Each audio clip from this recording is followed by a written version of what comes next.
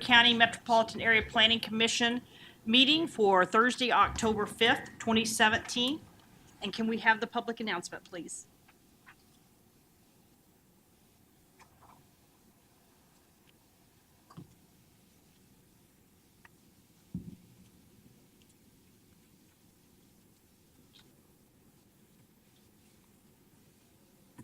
Public announcements.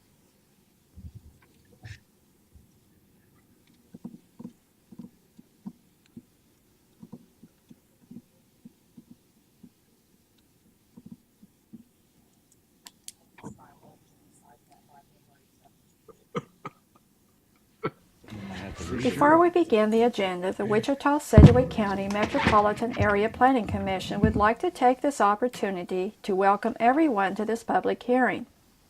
Copies of the agenda for today's meeting, the public hearing procedure, and Planning Department staff reports on all agenda items are available on the counter in the lobby of this conference room. The Planning Commission's bylaws limit the applicant on a zoning or subdivision application and his or her representative to a total of 10 minutes of speaking time at the start of the hearing on that item, plus up to 2 minutes at the conclusion of that hearing. All other persons wishing to speak on agenda items are limited to 3 minutes per person. However, if they feel that it is needed and justified, the Commission may extend these times by a majority vote.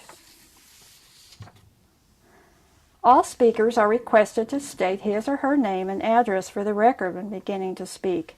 When you are finished speaking, please write your name, address, and the case number on the sheet provided in the lobby. This will enable staff to notify you if there are any additional proceedings concerning that item. Please note that all written and visual materials you present to the Commission will be retained by the Secretary as part of the official record. If you are not speaking, but you wish to be notified about future proceedings on a particular case, please sign in on that same sheet. The Planning Commission is interested in hearing the views of all persons who wish to express themselves on the agenda items.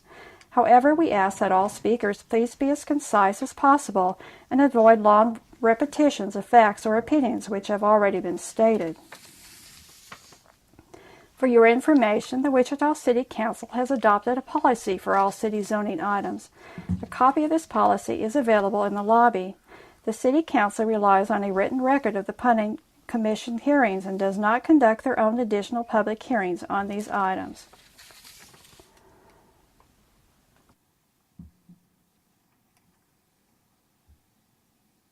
Okay, moving forward with agenda item number 1, approval of prior MAPC meeting minutes. And we have 2 sets of meeting minutes to approve, August 24th, 2017, and September 7th. I'd entertain a motion to approve. Move. Second. Have a motion by Mr. McKay and a second by Mr. Green. Yes. Yes, I have Bob Duell, Bill Ellison, Cindy Miles, Mike Green, Deborah Miller Stevens abstaining from August 24th.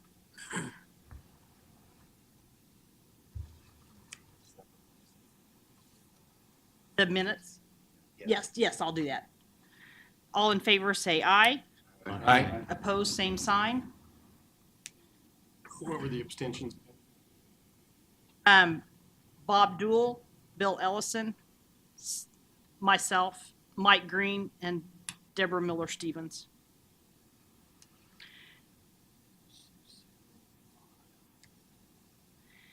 And then I would entertain a motion to. So moved. Second. Okay, I have a motion by Mr. McKay, a second by Mr. Green. And all in favor say aye. Aye. Opposed, same sign. On agenda item number 2-1, sub 2017 00027, that has been deferred for 2 weeks. Item number 2-2, sub 2017 00037, one-step final plat for Hillside and 8th Edition. Does anybody on the commission want to hear that item? No? Is there anybody in the audience that would like to hear that item? Seeing none, we'll take that on consent. Move to approve. I have a motion by Warren, Mr. Warren, and a second by Mr. Green. All in favor, say aye. Aye. Opposed, same sign. Motion carries. Agenda item number 3, it looks like we have no vacation items, so do we need to do anything on that? So we'll move on to public hearings.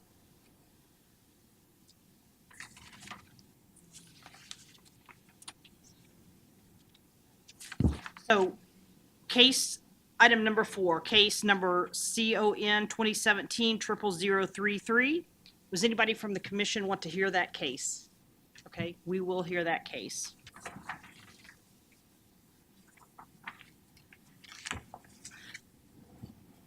Number 5, case number ZON 2017-00030. Would anybody on the commission like to hear that case? Is there anybody from the audience that would like to hear that case? Seeing none, we'll take that on consent. Case number ZON 2017-00041. Does anybody on the commission like to hear that case? I had some question for staff on the conditions. Does anybody from the audience want to hear that case? Yes, we will hear that case. Item number 7, ZON 2017-00044. Does anybody on the commission like to hear that case? No? Would anybody from the audience like to hear that case? Seeing none, we'll take that on consent. Agenda item number 8, ZON 2017-00045. Does anybody on the commission want to hear that case? Does anybody from the audience want to hear that case? Okay, we'll take that item on consent. Agenda item number 9, ZON 2017-00046 and CUP 2017-00043. Does anybody on the commission want to hear that item? Is there anybody from the audience that would like to hear that item? Okay, we will hear that. We will hear that case.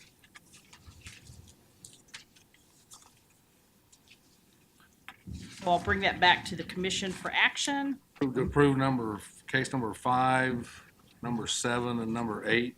Second. I have a motion by Mr. Warren and a second by Mr. Johnson. All in favor, say aye. Aye. Opposed, same sign. Motion carried.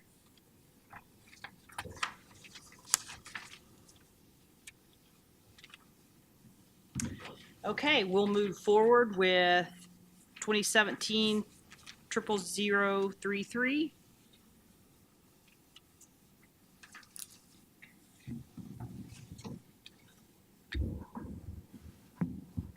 Madam Chair and members of the commission, Dave Urat, Principal Planner.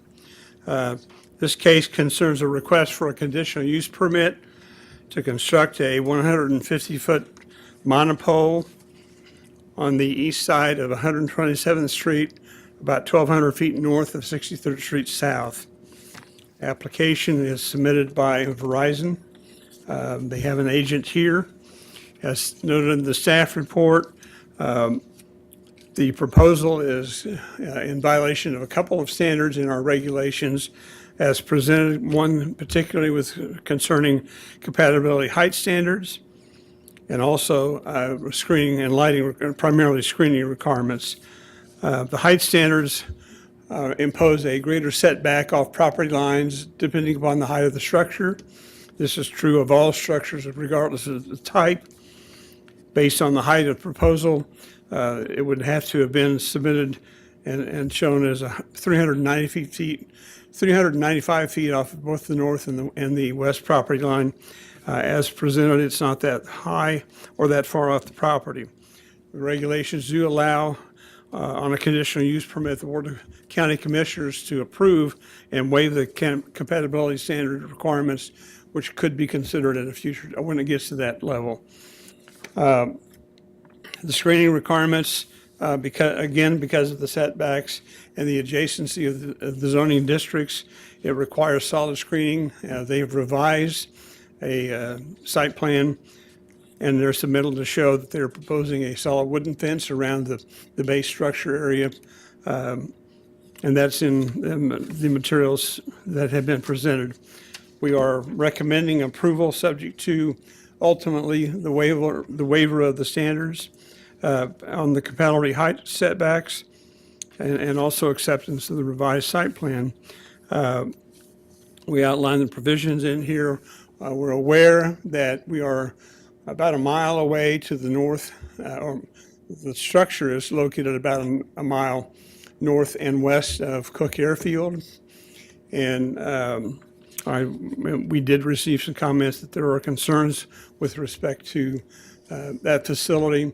However, this is not high enough under FAA standards to require lighting. They will be required at building permit time to submit other documentation concerning FAA and FCC compliance, which is a standard routine. As noted, this is the location. All the property around it is zoned rural residential. This is the aerial photo showing where the site is located in relation to the surrounding properties and the other surrounding structures. We do show that it is adjacent to, but it is outside of the urban growth area for Derby. This was submitted as part of the documentation, and I believe the applicant's got a presentation to show you that will give you a little better information with respect to what this says. This is the plan submitted. You can see along here is 127th Street East. They're proposing to come in just south of the established tree row, and then the L-shaped lease area is shown within that plan. This is a blow-up showing how that is proposed to be constructed. There would be a perimeter fence around the compound, and then the monopole itself would be situated in the middle of the structure. This is the revised screening plan that they have submitted that shows a solid wood fencing around the compound area. This is the aerial photo that shows 127th Street looking north. The entrance to the site is roughly at that location. There's an existing driveway there into the field that would be used to get access into the property. This is on 127th Street looking east. The site would be roughly up in this area. This is looking south along 127th Street. 63rd Street is further to the south, and you can see the roof lines and some of the improvements that are further south. And that's from essentially the drive entrance looking immediately to the west across 127th Street. So that's the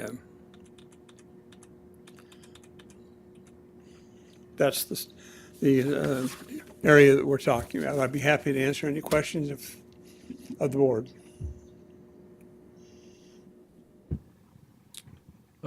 Dave,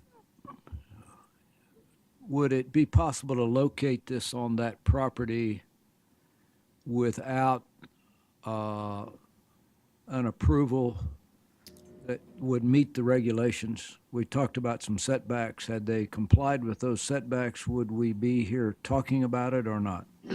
Well, I don't know whether we would be here or not. It depends. I think we've got some neighbors that are expressing concerns and interests. There was materials I think got handed out. Is there a place on the property where they could put it that would have automatic approval? No. It would have to go through this process to be ultimately approved.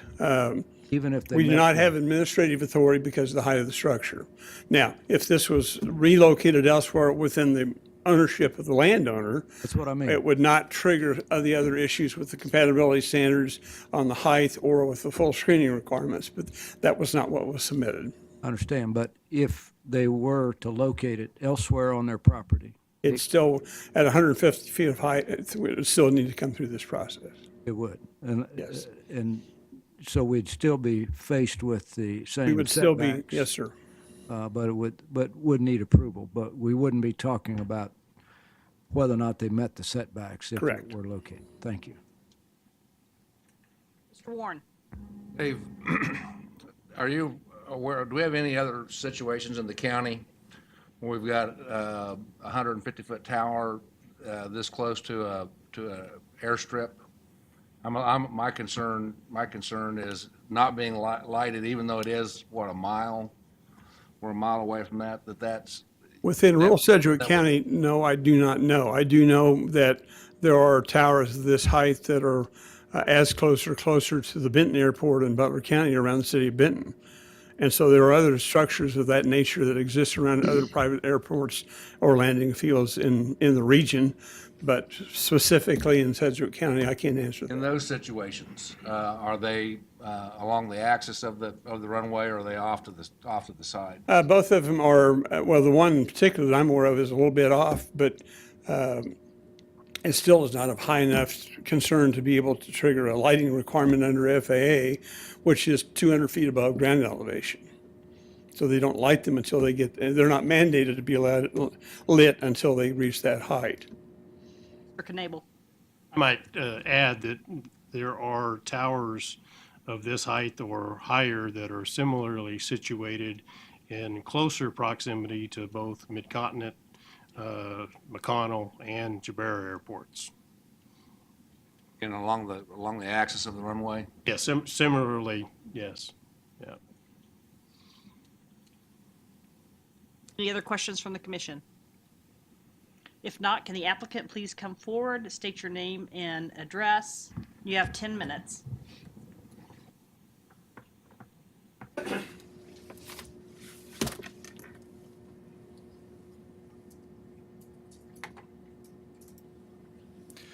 Thank you very much. Good afternoon. My name is Curtis Holland. Last name is Holland. I am legal counsel to Verizon Wireless. My address is 6201 College Boulevard, Suite 500, Overland Park, Kansas, 66211. Thank you. So I got 10 minutes. I know we'll get right to the issues, some of which were raised by staff and some questions. Let's try to get right to that. So I do want to start out, I have a brief PowerPoint presentation. We'll get to some of the questions. So there's the location. I think you've seen a prior version of it. I did, in this particular slide, indicate where the location of the airport facility is with the red star. And so just real quick on that point, since we're on it, there are facilities like this, tower structures like this, near airports, on airport properties, really all over the place. And so long as you don't locate it, there's obvious areas that you don't want to locate the facility. You have flight, takeoff, and landing approach paths. And the FAA studies that very seriously. And there are these conical maps that extend outward from the airstrips. You probably know some of this.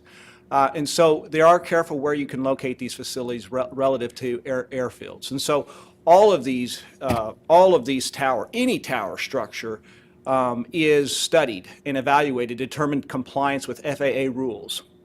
And we can't build one if we're in violation of FAA rules.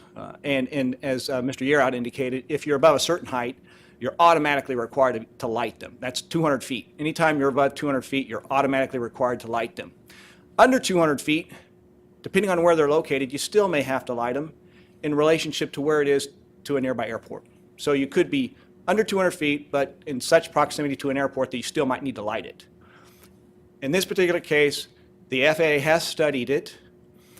Our original proposal for the height was 180 feet. Due to its proximity to the airfield, they limited the height to 150 feet.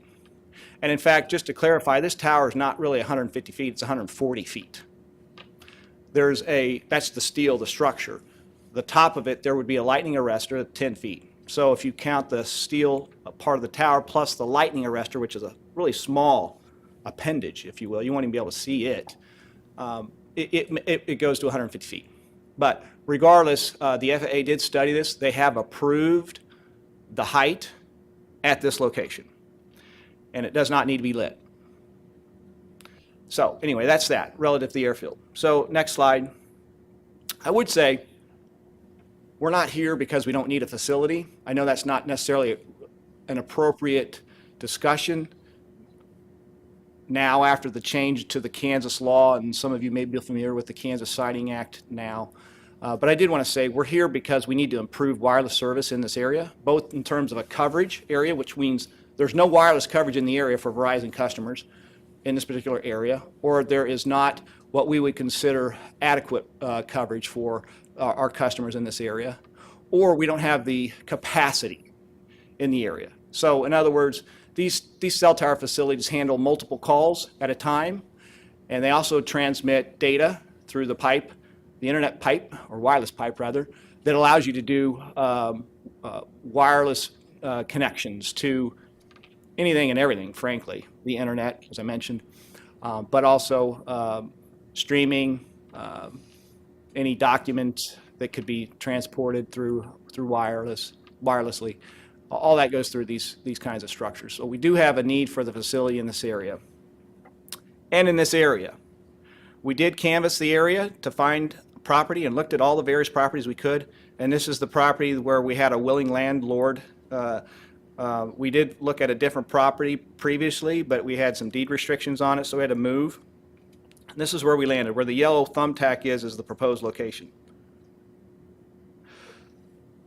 We had a couple of neighbors here. I mean, it's hard not to site a tower anywhere where you can't see it, right?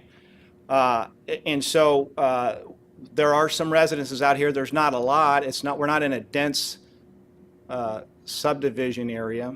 We're in a rural open area, except we do have a couple of large lot residences, and they did express some concern about its location. They didn't have some of the other concerns that usually we hear from cell towers, which is good, but they did have some concern about, the view of it. And so this is really a question about the view of the facility, and is it appropriate to be located there at this location or not? I would say, relative to the waiver request for in terms of height, for the compatibility standards, I'll just be real honest with you. You have one of the more restrictive setback rules that I've seen. And it's so restrictive that it is almost nearly impossible to locate a facility in Sedgwick County without getting a waiver. And I'll explain why. This tower height is really not very tall. We're usually talking about 200, 250 in a rural area. We're talking here about a tower that's 140 feet. Notwithstanding, if you apply your setback formula to a short tower like this, it still requires you to be essentially 400 feet from each property line. Now, there aren't very many parcels in the county where you can go 400 by 400 and find a location for it. This tract, yes, you could potentially find a spot on the property that would meet that.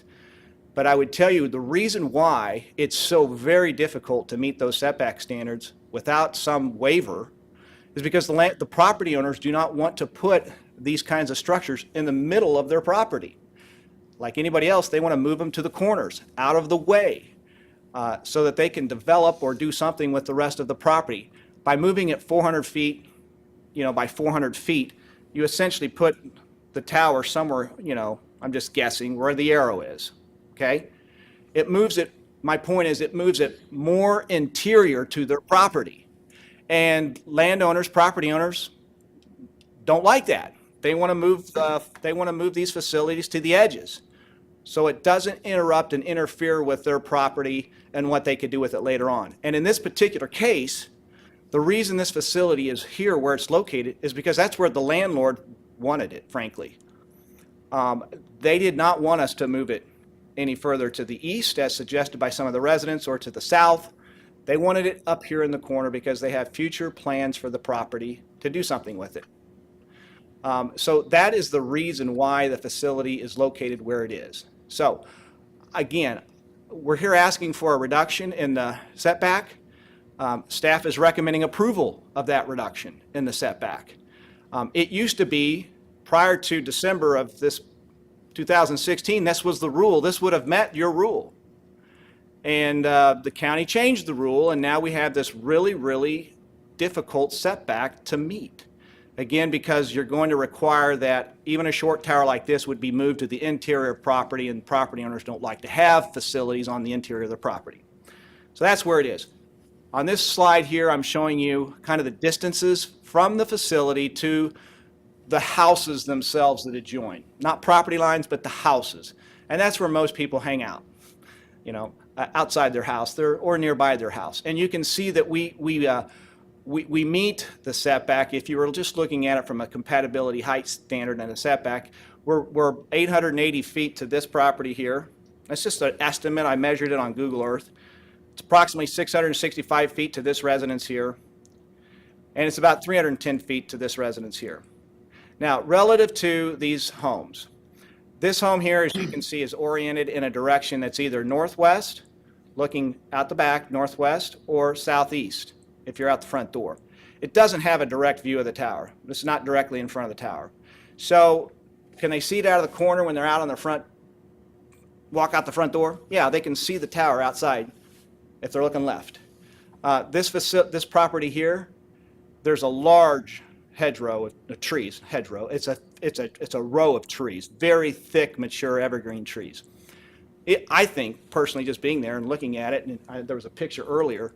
It's a very significant screening already being provided from this property to the north.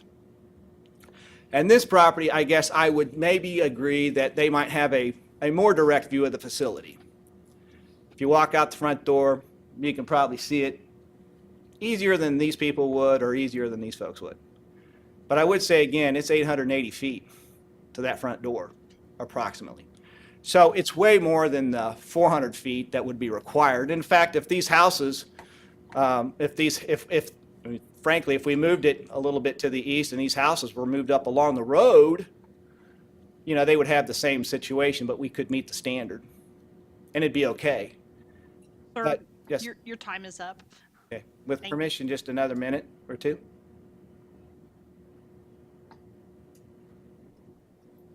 Okay, I have a motion to extend 2 minutes by Mr. Dool and a second by Mr. Green. All in favor, say aye. Aye. Opposed, same sign. Motion carries 11-0. 2 more minutes. Thank you. I'll be real quick. So that's thank you very much. This kind of the what you got to balance. You know, is it a good location? Yes, we think it is. Can we get a waiver, or is it appropriate to issue a waiver in this particular point? We think it is. We're going to build a screening fence, so we're really just down to the height issue. Someone asked if we have other facilities like this near airports. We also have facilities like this and other kinds of facilities like this a lot closer to houses than this one. And I'll show you one. This is just to the south, not even a mile south, a half mile south, a water tank. And you can see residences here and around it and right here. And that's what they get to look at. It's much, I mean, I don't like to hit on water towers, but that's a fact of life. We have to have these kinds of facilities in our area to make our services work, to have water, to have wireless service. And more people are turning to wireless service. We have to have communication tower structures. So occasionally we're going to have to see these kinds of structures out there. It's unfortunate that we can't do this without having a tower structure, but that's the way it is.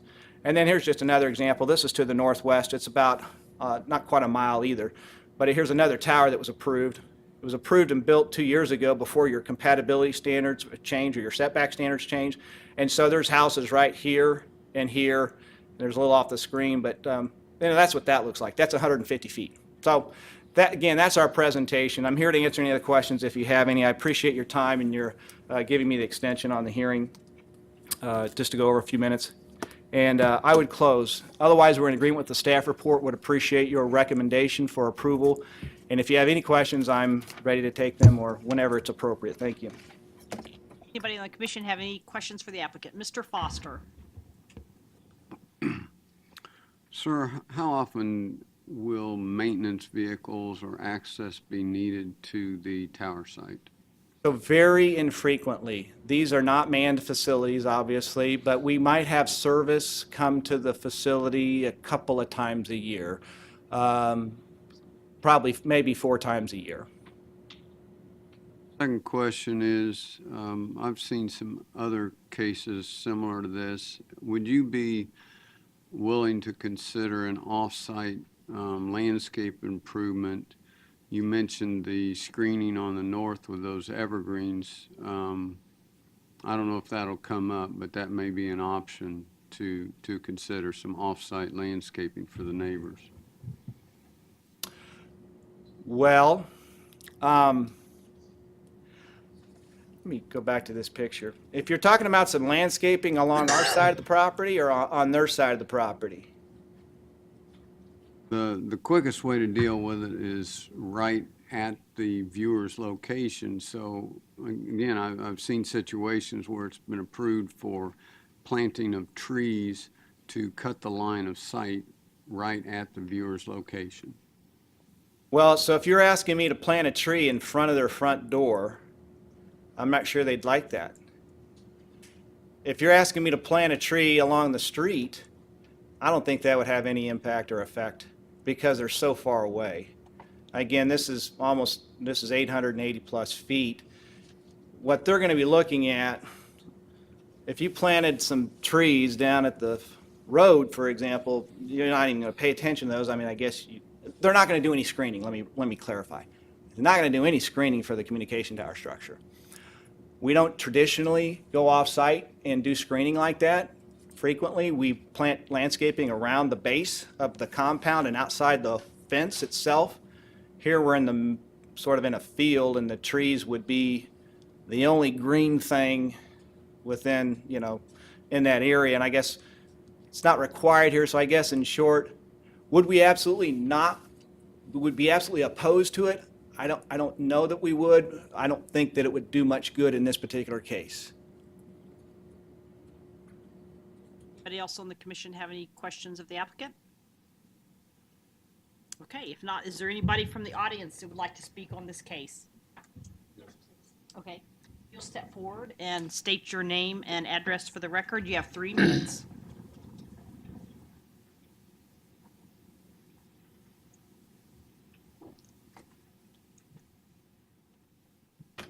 My name is Danielle Wildeman.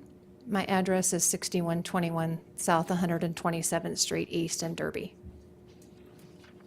I'm speaking on behalf of the neighbors, Stanley and Deborah McVeigh at 6140 South 127th Street East, Larry and Elna Van Dyke at 6215 South 127th Street East, myself and my husband Darren Wildeman at 6121 South 127th Street East.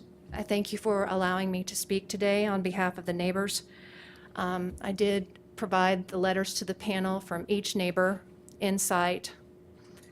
We understand the need for the cell phone tower and the better coverage for the community and the growth around our area.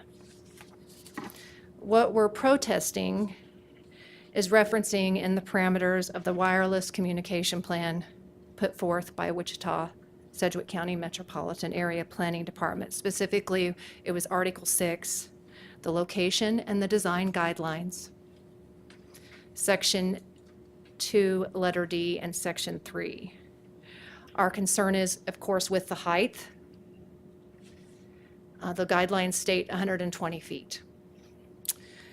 Also, the definitions of Sedgwick County zoning districts are defined in Article 6, Section 2, letter E. 150-foot towers are normally approved industrial park districts, central business districts, limited industrial districts, general industrial districts, and Air Force bases, normally not in rural residential areas. We would like to suggest a compromise for that cell tower proposal with the height of 120 feet and the ratio from the road, which is a 1:6. We'd like 1,000 feet east of 127th Street at the end of the tree line. Asking for the structure to be screened by evergreens instead of the wood fence so that it better blends in with the rural nature of the surrounding land use. There's also a concrete driveway entrance off of 63rd Street that is already concrete and paved. that the current landowner uses for farm equipment that enters, for harvest of the corn, and swathing for the bales. This location, we feel, would result in a better overall fit to the rural nature of the surrounding land use. It would blend in better. The landowner of record does not live or reside on the property. Ma'am, Yes, your time is up. Would you like an Thank you. additional 1 or 2 minutes? 1 minute, please, thank you. Do we have an additional 1 minute, please? Again, the landowner lives in another county. Their homestead is not on site, therefore, they don't have the view inside of their homestead. Locating that tower just a little bit further east towards the end of that tree line would also allow the county in future to have more valuable frontage on 127th, which is a dirt road, versus 63rd Street being 4 lanes of pavement. It would be encourageable for a landowner to want to build with the frontage on 127th instead of their house facing the 63rd Street property. And we just feel that that would also increase the valuability of the real estate tax down the road for the county. I thank you for your time and your consideration in this manner. Do you have any questions? Richardson. Could you use the mouse there and maybe somebody, one of the staff can help you with that? There you go. And show us where you're suggesting the tower would go. It's there, and then the curb Entrance cut is here. is, and that's 63rd Street, right? Yes, sir. So Okay. there's an entrance here. You can see the And- driveway. And the landowner to the Oh, north. I'm so sorry. Whoops. I'm so sorry. We'll get some help for you. There we go. And the landowner to the north is in agreement with this? Yes, sir, he is here. Okay. Thank you. Questions from the commission? Mr. Johnson. I guess I'm curious the difference between a 150-foot tower and a 120-foot tower. It- 30 feet different when you're looking out your front porch. But I mean, you're going to see a tower. I guess I'm not. But towards the back of that property, I can't see it from my front porch, nor can the Van Dykes, and neither can Stan's family. We can't see it towards that back of that property from our front entrances. We felt like that was a great compromise. Foster. In your comments, does the 120-foot height include the 10-foot lightning arrestor? I feel the neighbors would compromise on that piece. Thank you. If no other questions from the commission, is there anybody else from the audience who would like to speak on this case? Sir, if you could step forward. Provide your name and address, please, and you have 3 minutes. Gregory Thomas, 6821 South 143rd Street East, Derby, Kansas. I'm here representing Crosswinds Aviation that owns Cook Airfield. So it's probably about 7, 8 years ago, I was before this commission and discussing Derby's future needs for medevac flights and such. And everybody thought I was crazy, and that day has come, you know, with the new hospital coming in and all the medical facilities going into Derby. I'm not here necessarily to speak against this tower. I'm just here to educate and provoke some thought. 3 years ago, we put on file with the planning department a long-term development plan for the airfield that was developed by KDOT. Earlier today, it was mentioned that that tower is 1 mile from the airfield. We are aggressively being within a half mile of that tower. And not everyone's aware of that, but that plan is on file with your department, and we're ahead of schedule on making that happen. The airspace study has been done. The tower does lie in the airspace. The FAA did not review it pertaining to our airfield because right now we're not a NIPIAS airport, and that's even a bigger discussion, but that's in the process of happening too. All I ask, and when I visited with the FAA, they said it's up to this commission and the county commission to protect that airspace. It's not up to the FAA. So in the future, there needs to be some way of notifying airfields that structures like this are going in. I mean, I wouldn't even known if I wasn't riding my bicycle by it down the street and saw the red sign. That's how I realized that something was going on. There's been suggestions to move it 395 feet in and 1,000 feet to the east. I appreciate the landowner's concern, but that actually makes it worse for the airfield and will make it worse in the future. We've just applied for an instrument approach to the airfield to make things better for pilots and future aviation. And to give you an idea of what that means, last night when I flew into Salina, I came down, I was within 200 feet of the ground before I broke out of the clouds, and 1 mile visibility. And when I talked to the engineer about this, they're like, yeah, the only thing that's really going to affect is the minimum. So what that could possibly do when we get our instrument approach is it'll raise up the minimums that a pilot can come into the airfield. So it would mean a difference if, like, if you had a medevac flight coming in and it was 200 feet, they couldn't go that low. So they would have to divert like over to Augusta, Mid-Continent, Jabara, or somewhere like that that had lower minimums. So I don't recommend moving it to the east. I'm sorry about that. I don't recommend moving it to the south. You're out of time. Do you need some additional time? Maybe a minute. I don't have a lot more. If it stays there, I recommend keeping it right on point where it's at. I would like to see a red anti-collision light on there. I don't know if you can require that. That's it. Questions? Any questions from the commission? Could you use the mouse or somebody help you there? And does the airfield show, is it down there in red? Is that? Okay, right here's the airfield as it currently sets. Okay. And this is approach to what's called runway 17. And And that's a half a mile south of 63rd, is that? it's a half mile. So the towers, they were right. It's about a mile from us right now. And are you planning to extend that airfield to the north? Is that part of the plan? The plan that this commission has on file actually shows the airport moving to the west and the end of the runway being right here. And, you know, it's kind of, I'm at risk of divulging a lot of information when I stand up here and even say that, because we're one piece of property away from making that happen. And we're working with the FAA and the KDOT to make But that. for right now, the airport's there where the red dot is. Yes, sir. And I remember we approved relocating 63rd Street around the south end of the airport. 71st. 71st, I'm sorry, not very long ago.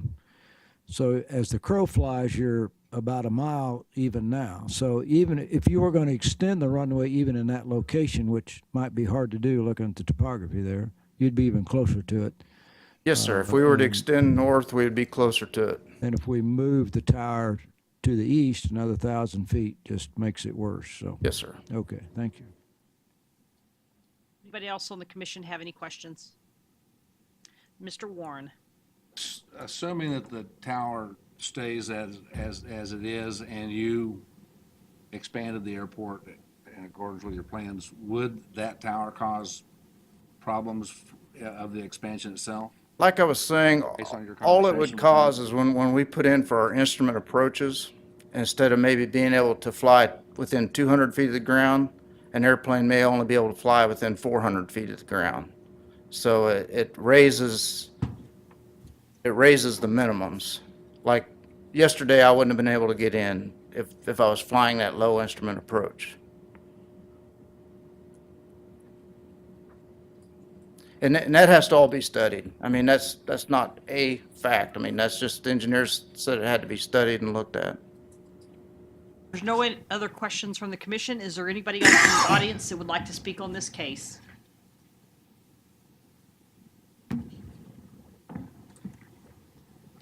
Okay, applicant has 3 minutes for rebuttal. 2 minutes. Oh, 2 minutes, sorry. 2, 3.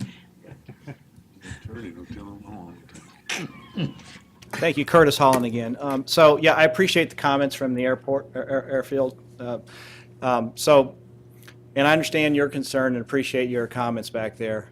And I do. And so it's not an easy decision for you. I appreciate that too. We knew moving it east would cause you an issue. We have an airspace study that shows your conical rings. And so moving it to the east does have an impact on your facility. So we knew that and didn't like that. I should have mentioned that earlier. As far as the height of it now, we really are at, it's a 140, not 150, it's at 10 feet. It's really a 140 foot tower. We wanted 180. So moving it to 140 is a significant compromise already to our coverage and capacity in this area. So I don't think there's a lot of difference between 140 and 120 personally. I don't think you could walk out the door and tell me how tall that tower is. I'm a nearby tower, how tall that tower is. I can't, and I've been doing this for 25 years. It does, however, impact our coverage, even if it's just 20 feet. And really, it's not 20 feet, it's 60 feet, because we wanted to be at 180. So we'd like to keep the tower at the location due to the concerns that were expressed in its relationship to that airfield. And we'd like to keep the height. And we think that there's enough distance between the facility and the adjoining properties that visually it accomplishes the same, where it's located would otherwise meet your compatibility height standards, just given the relative proximity where it is to the homes and where they'll be located. I mean, again, I guess we're fortunate in this case because the homes are located deep into the property. So it gives a lot of distance and buffer between the two. Sir, your time is up. Is I'm there done. anybody on the commission that has any other questions? Mr. Foster? I'll mention again, I personally look out our back window and for years looked at a tower. And I was very fortunate that the neighbors had the foresight to plant some trees. And those trees have grown, and I don't see the tower. So I'm glad those trees were planted. Whether you consider it for this job, you might consider it for some future one, because this issue is not going to go away, of offering some tree plantings to the surrounding neighbors to make these projects possible. Any other questions from the commission of the applicant? If not, I'll bring it back to the commission for action. Oh, you have a question? I've got a staff question, not for him. Okay.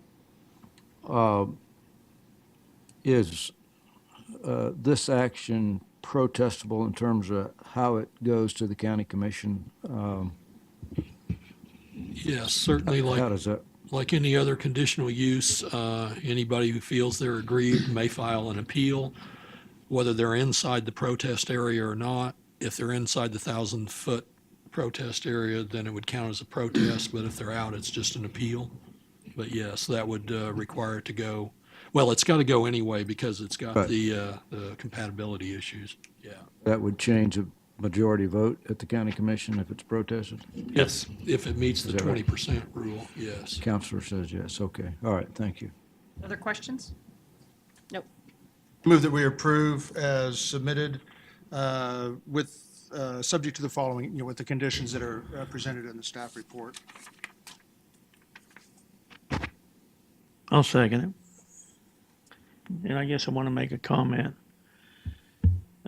We all carry cell phones, and I'm glad the individual from the airport was here. The other side of his case is, in the event that there was ever an accident or emergency in that area, and somebody only had a cell phone that didn't work because they didn't have coverage, we'd have an issue with that. So that's why I'm going to second the motion.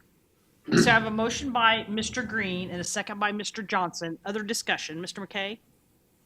Can we make a condition that there will be a light on the top of this?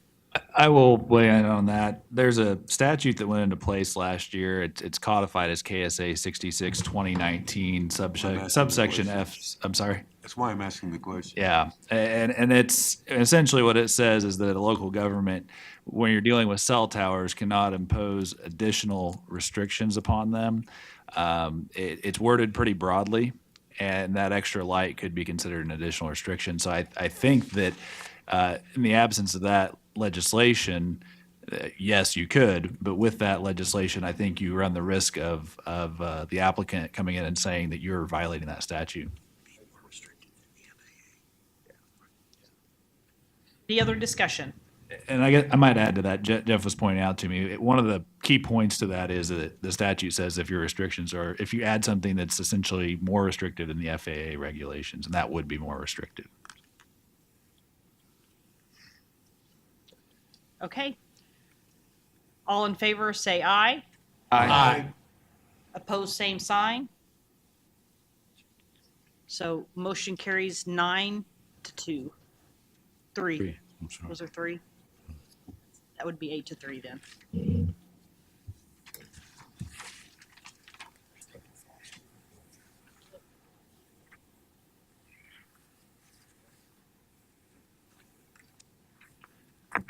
Okay, moving forward to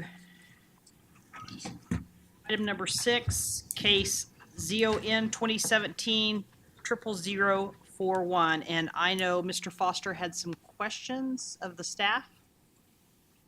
I understand somebody in the audience wanted to hear the case as well, so Okay, so we'll Go ahead just and- move forward. Mr. You're out.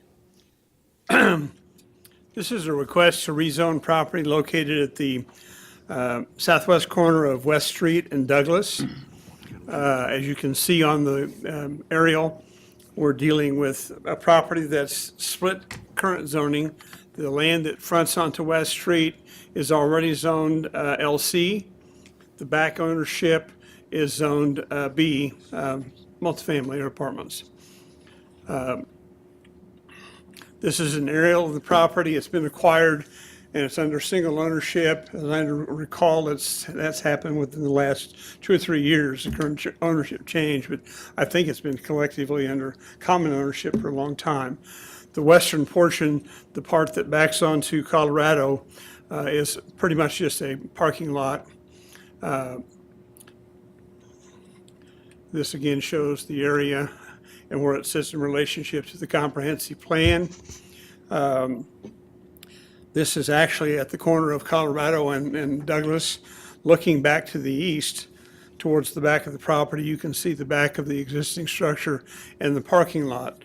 This is the portion of the lot that is actually zoned B. This is the front as it faces currently West Street. You can see we're at the intersection and it's presently occupied and used as a tire facility. This is on the north side of Douglas, looking south towards the property.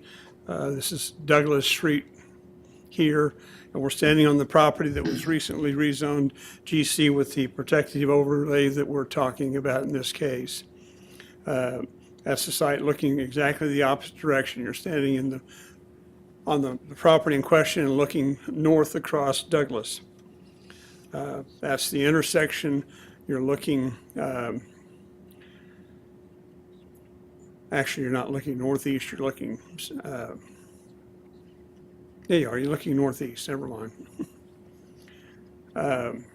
This is looking east from the side, on the other side of West Street, looking south along the site. This is the drive entrance off of West, and you're further down West Street. And then this is looking south along Colorado. That's the view of Douglas Street as it moves further to the west. So that's the property in question. As noted in the staff report, this is not out of character with what happened to the property to the north recently. And in that instance, GC zoning was granted. And with that came a recommendation that resulted in subsequently a protective overlay on that property that limited uses down to, as noted in the staff report, primarily taking the more egregious things out of GC more to an LC type of a use. We're recommending that the same thing happen on this corner of West and Douglas by adding a protective overlay to the zoning in such a manner that the two corners, two sides of Douglas Street there on the west side of West Street are virtually identical in the limitations of uses. So, as noted in the staff report, this is generally consistent with the intent of the comprehensive plan to encourage redevelopment and further investment into the existing part of the city, and we feel it's appropriate. So with that, I would stand for any questions from the board. Questions from the commission? Mr. Foster? Dave, one is a question related to the conditions, and a second is just a comment. On condition number 3, where it references the parking lot lights, it says shall be shielded and directed downward. Downward does not keep it from encroaching possibly on the adjacent residential. Pardon me, I didn't, Downward does not keep it from encroaching on adjacent residential property. So I would suggest that that be expanded to say there'd be a cutoff shield, which is a common term for lighting, to keep it from encroaching on the residential property. That'd be condition 3.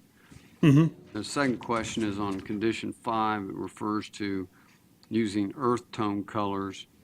Is there enough concern that staff needs to study the architectural character, which is often done? well, this verbatim is taken from the PO that was granted on the property to the north. And historically, I think shielded achieves the same, and the overall regulations limit the ability of glare into other properties.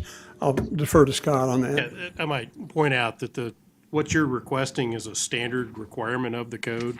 The code, however, does not require that the lighting be pointed downwards. You can accomplish the lighting cutoff at the property line that's required by the code with a light that is angled.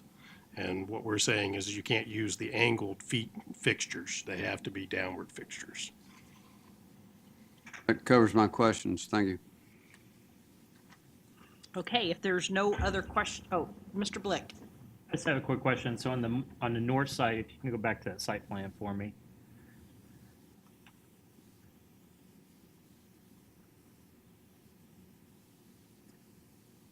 This, On the north property, you were saying that's a general commercial right now, and then along looks like West Street. Yeah. Yes. Okay. Yeah.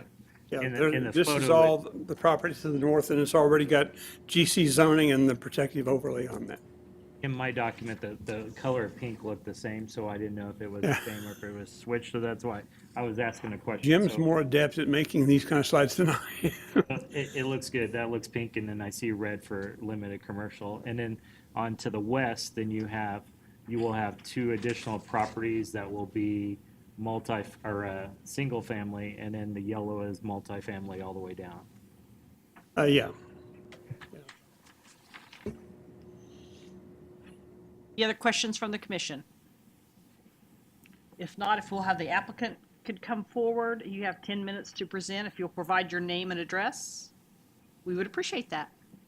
Thank you. Patrick Hughes, the Adams Jones Law Firm, 1635 North Waterfront Parkway. I'm here on behalf of the applicant, Daniel Vale Investments, LLC. Also, Garen Vale is here as well, if there are any questions that require information that only he has. Basically, the background of this is that Daniel Vale Investments acquired these properties in 2015. And before that, in the 1940s, in 1941, there was a subdivision here that included the property that we're looking at that's currently multifamily as multifamily property. And from about the mid or early 1950s onward, that particular parcel has been owned in common with the corner parcel that's now LC. It's been used for a variety of different commercial uses on the corner, and this multifamily parcel has always been used for a parking lot. When Daniel Vale Investments acquired the property, they had some difficulty with the lender because of the split zoning. And although it may be a non-conforming use, nevertheless, what we wanted to do was to get the property into compliance with the zoning code and also maximize the potential of the property for redevelopment.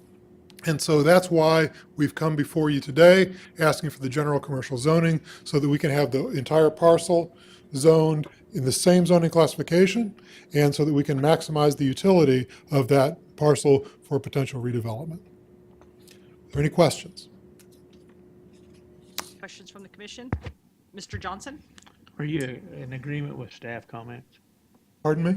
Are you in agreement with staff comments? Yes. Thank you. Any other questions of the commission? If not, is there anyone in the audience that would like to speak on this case? Yes? No?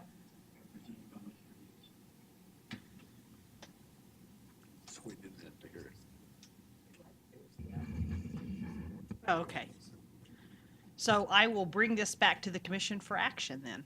Move Yes, we approve. Sorry, Mr. Blick. Take Mr. Green, I'll second. Okay, so I have a motion to approve by Mr. Green and a second by Mr. Blick. Is there any other discussion?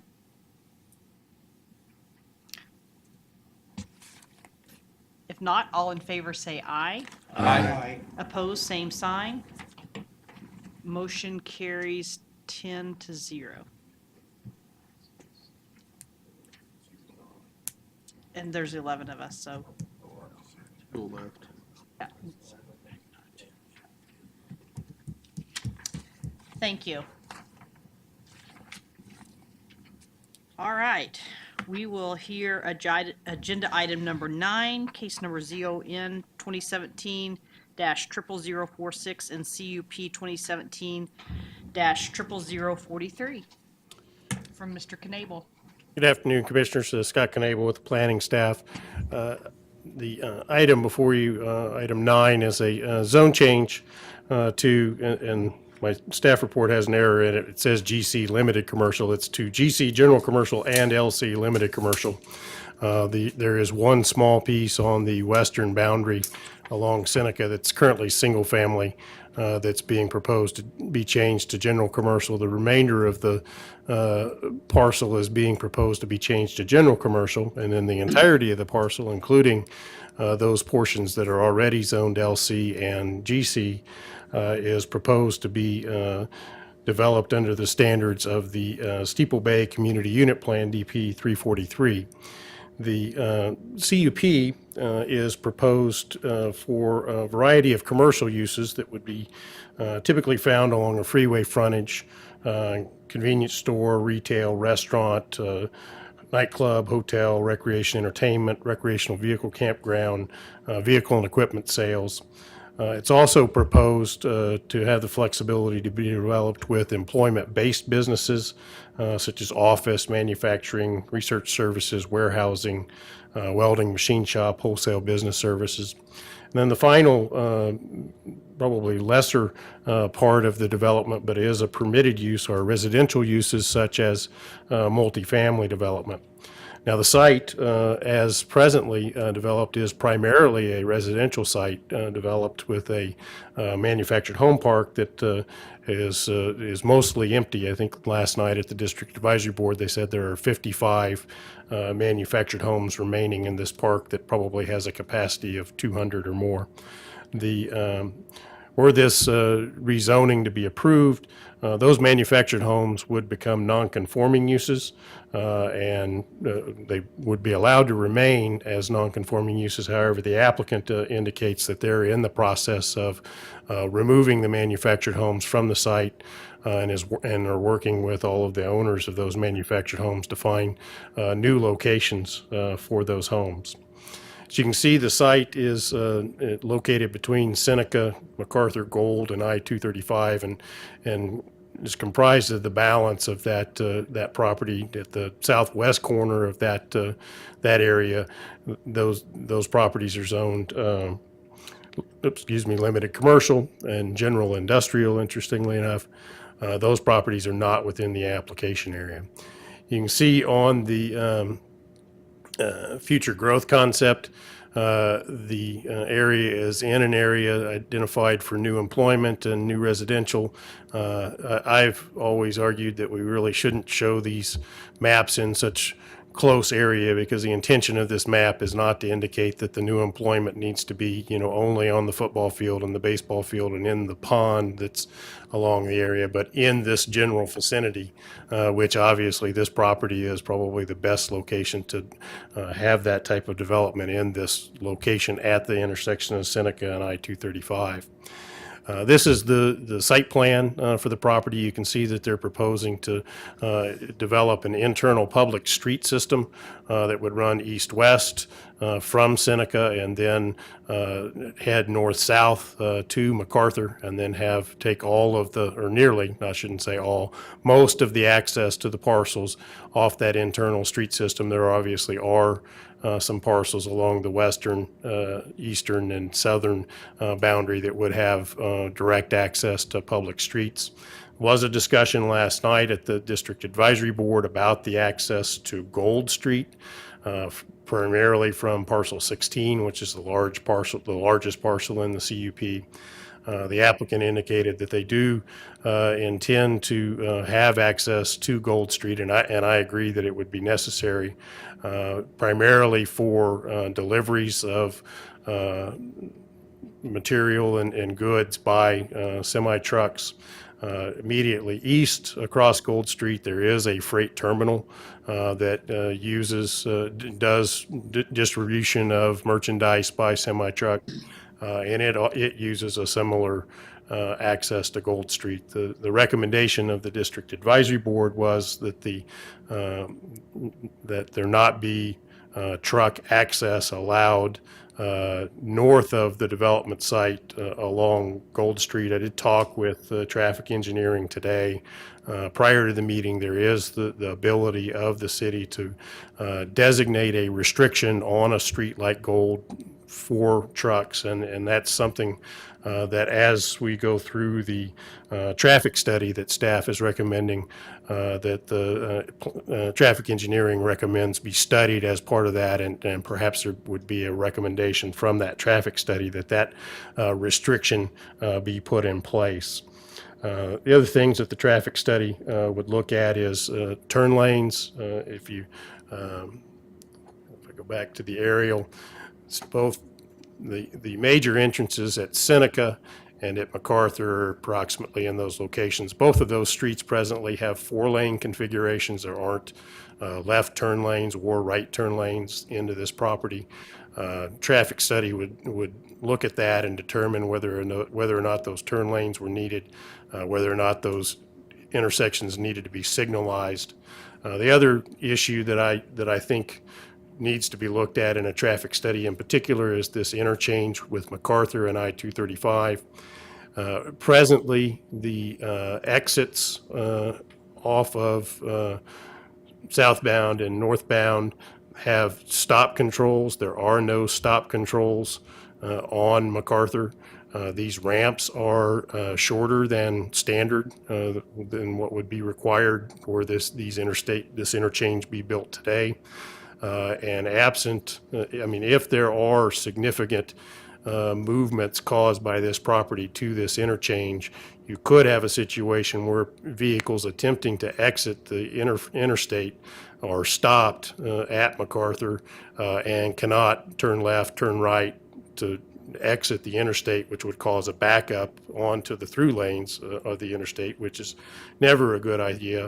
And it's particularly not a good idea where this interchange is located, which in both directions is around a curve from both going from the west and from the south.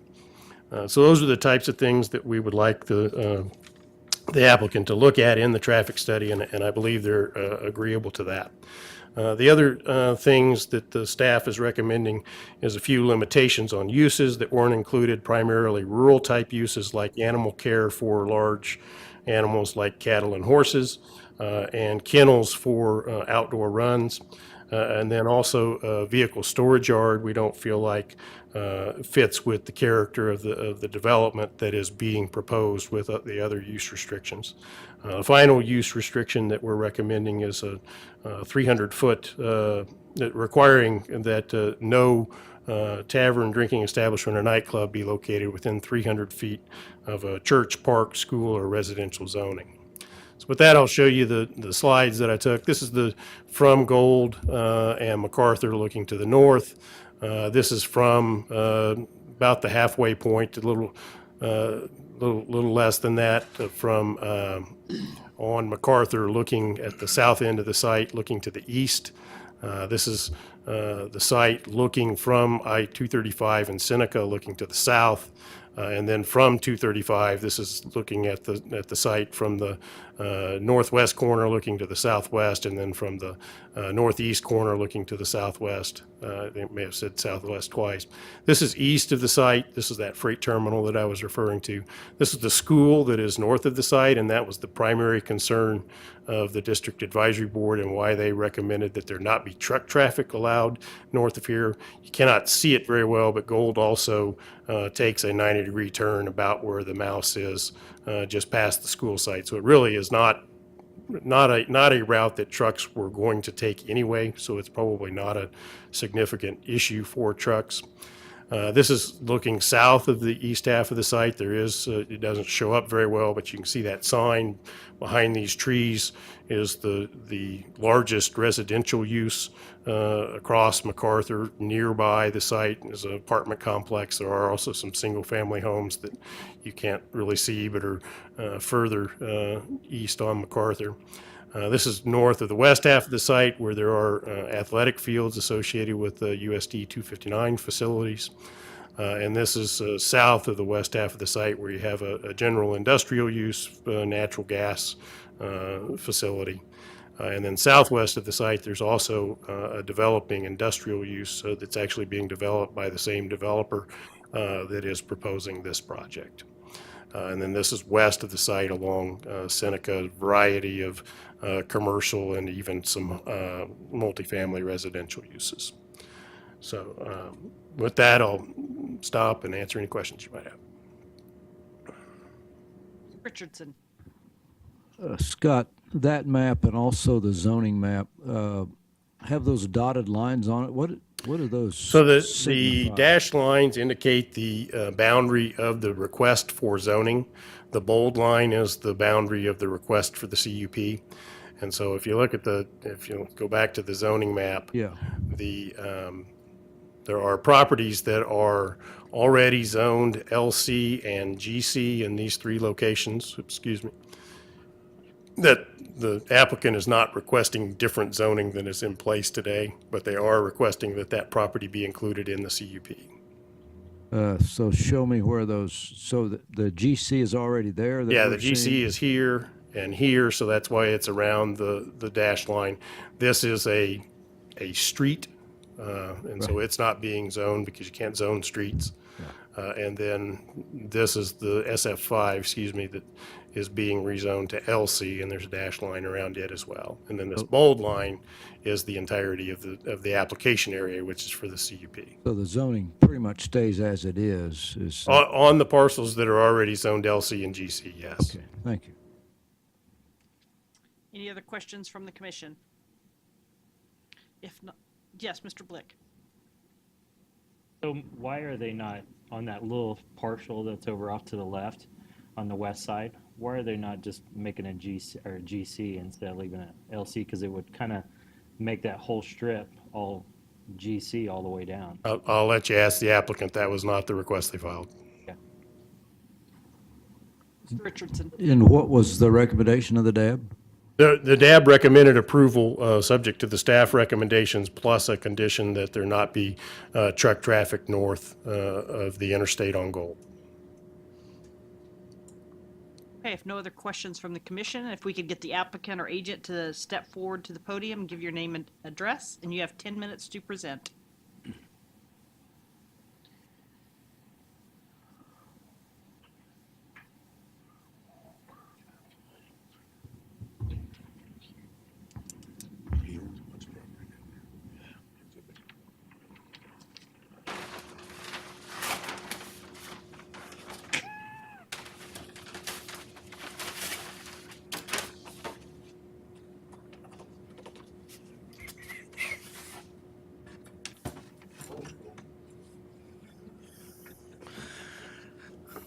Hello, Brian Lindeback, MKEC Engineering, 411 North Webb Road, on behalf of the owners and applicant.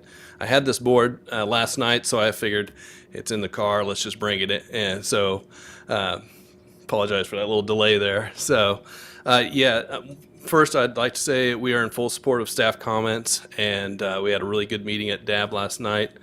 It was all voted unanimously with one abstention because she is here in the room today and chairing this commission. To answer the question about the zoning here, part of it was already zoned LC, so we left it LC.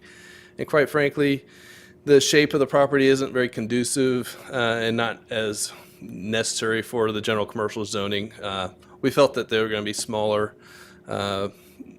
more neighborhood type, smaller uses, and whereas the GC might be a little more robust and bigger sites. So we left it LC along that frontage for that reason alone. This parcel, if approved, will be vacating this road and, of course, dedicating this street. Hopefully we'll receive approval today, and we'll be turning in a preliminary plat on Monday. So, but this site is a substantial improvement to the area. I know that the owner is very committed to this area of town and would like to see a lot of improvements done. And I would say 80 acres of improvements is a pretty substantial improvement to this whole community as a whole. Some of the challenges this site has, and maybe partly why it hasn't developed sooner than now, is there's a significant floodplain on here. That floodplain needs to be dealt with, and so there's going to be a major investment in the property just dealing with floodplain, which is kind of takes a little bit of little wind out of the sails or a little bit of money out of the pocket to get things just running here. So we're going to expand the lake. As you can see, it dips down a little bit there. We're going to expand the lake here. The lake is a beautiful amenity to the region, and we think it'll be a really good asset to this CUP. So we're going to bring that lake down and use some of that fill, some 5+ feet of fill that will end up putting 2 foot of fill over a good portion of the site. So, of course, we'll bring infrastructure. All this infrastructure that's in here now is all private. There's gas lines, water lines, sewer lines, all private. That all has to come out. So, I mean, it is a major project. And so I just want to emphasize to you that this is a pretty neat project for this part of town. I know other parts of town have received similar big CUP projects. So we're really looking for a favorable response here today. So with that, answer any questions you might have. Richardson. Brian, on the CUP, it's a little hard to read electronically, but there's an awful lot about what you can and can't do with signs on these parcels. Would you say that was more or less restrictive than the sign ordinance, what you've proposed? Well, we it's can't. a little confusing when you. It is. I would agree. The sign code is in general fairly confusing for the ordinary folk to read through. But with arterial streets, you're allowed 0.8 times linear frontage for your signage, and then there's restrictions on that as well. You can't have any signs over 400 square feet. I believe is the right number, 300 square feet. And so there are inherent restrictions just as part of the sign code. We have not exceeded those numbers. In fact, I think when it'll all be said and done, partly just due to the cost of building signs that size, I don't believe we'll be exceeding, and we are not exceeding. What we have done is there is an existing off-site billboard sign here. There was once upon a time like 5 billboard signs here, and I think that might have been a little bit of a stretch for the need for 5 billboard signs. So they took some out and left one. We are proposing more than likely a sign, if needed, would be put over here. And then the options I've set forth for some of the larger signs is if they kept just 1 billboard sign, they would be allowed like 3 taller development type signs that you're familiar with, probably with some of the other big commercial developments. And then if they did put a billboard in over here, then they'd be restricted to two taller monument type signs or pylon type signs that you would see in a development. So what I've tried to do is kind of keep it down a little bit. I think the 7 or 5 billboards there was, probably a lot for the site, and quite frankly, we want people to see in and not see just signs. So there's talk at the DAB last night that they want to manicure this edge and possibly even put a sidewalk around it. We talked about fishing on this lake last night. So just a lot of good things that are going to happen if this project gets to take flight here. So I hope that answers a little bit of your questions on signage. Of course, we'd have signage along this frontage as well, and signage along MacArthur.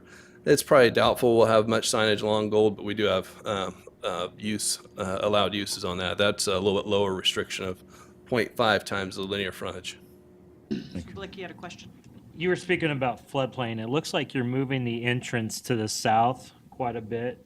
That's on that west-hand side, because right now it's a little bit north of Cary Lane. I think that's the entrance, and now you're moving it further south. So you're going to be building a bridge or something over the big sleuth drainage? That's right. Yeah. There is an existing access point. There it goes. You can see it right there that serves this building here. We intend to keep that access point. It'll be maybe not as of a major access point to the development, but we do intend to keep it. What we tried to do is there's some existing driveways here. We tried to split that difference between those driveways so we don't line it right up on one of the driveways. So that's how this location turned out to be right there.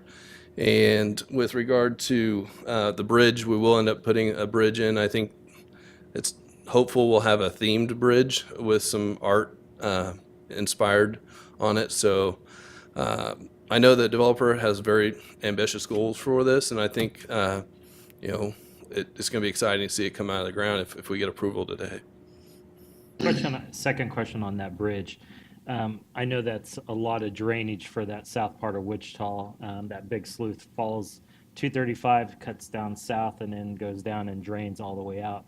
So when you guys build the bridge, how's that usually work? Maybe you can kind of educate me.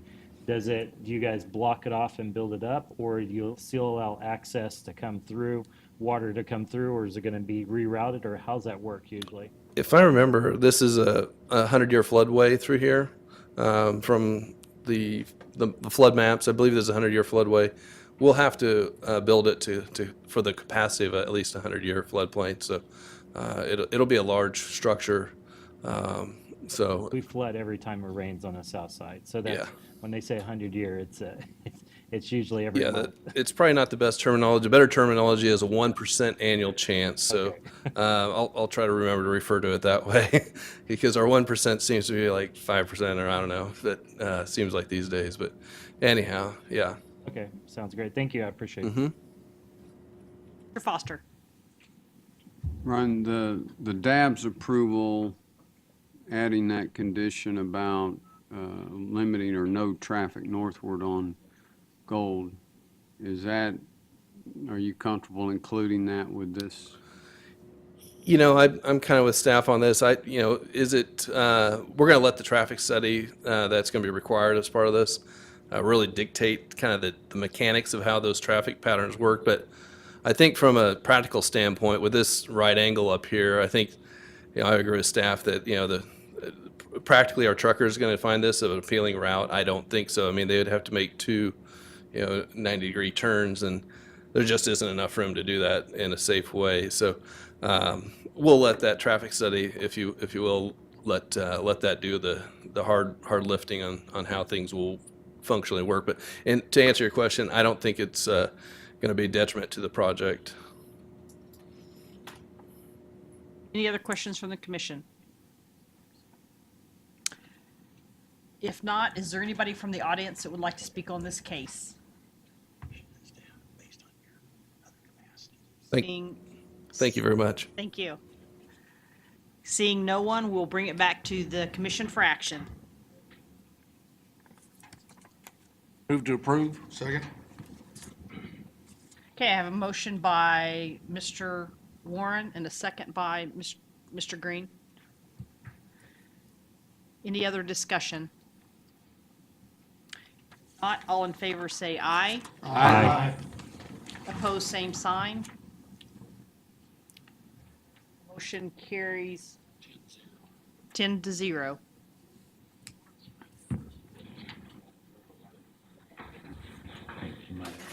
We need to approve the schedule. We were going to do that next time. We just Okay. wanted to make sure you had it and had time to look at it. Okay. Oh, make sure that if you have a parking ticket, that you get that stamped. We're in. And any other business? Not. We're adjourned.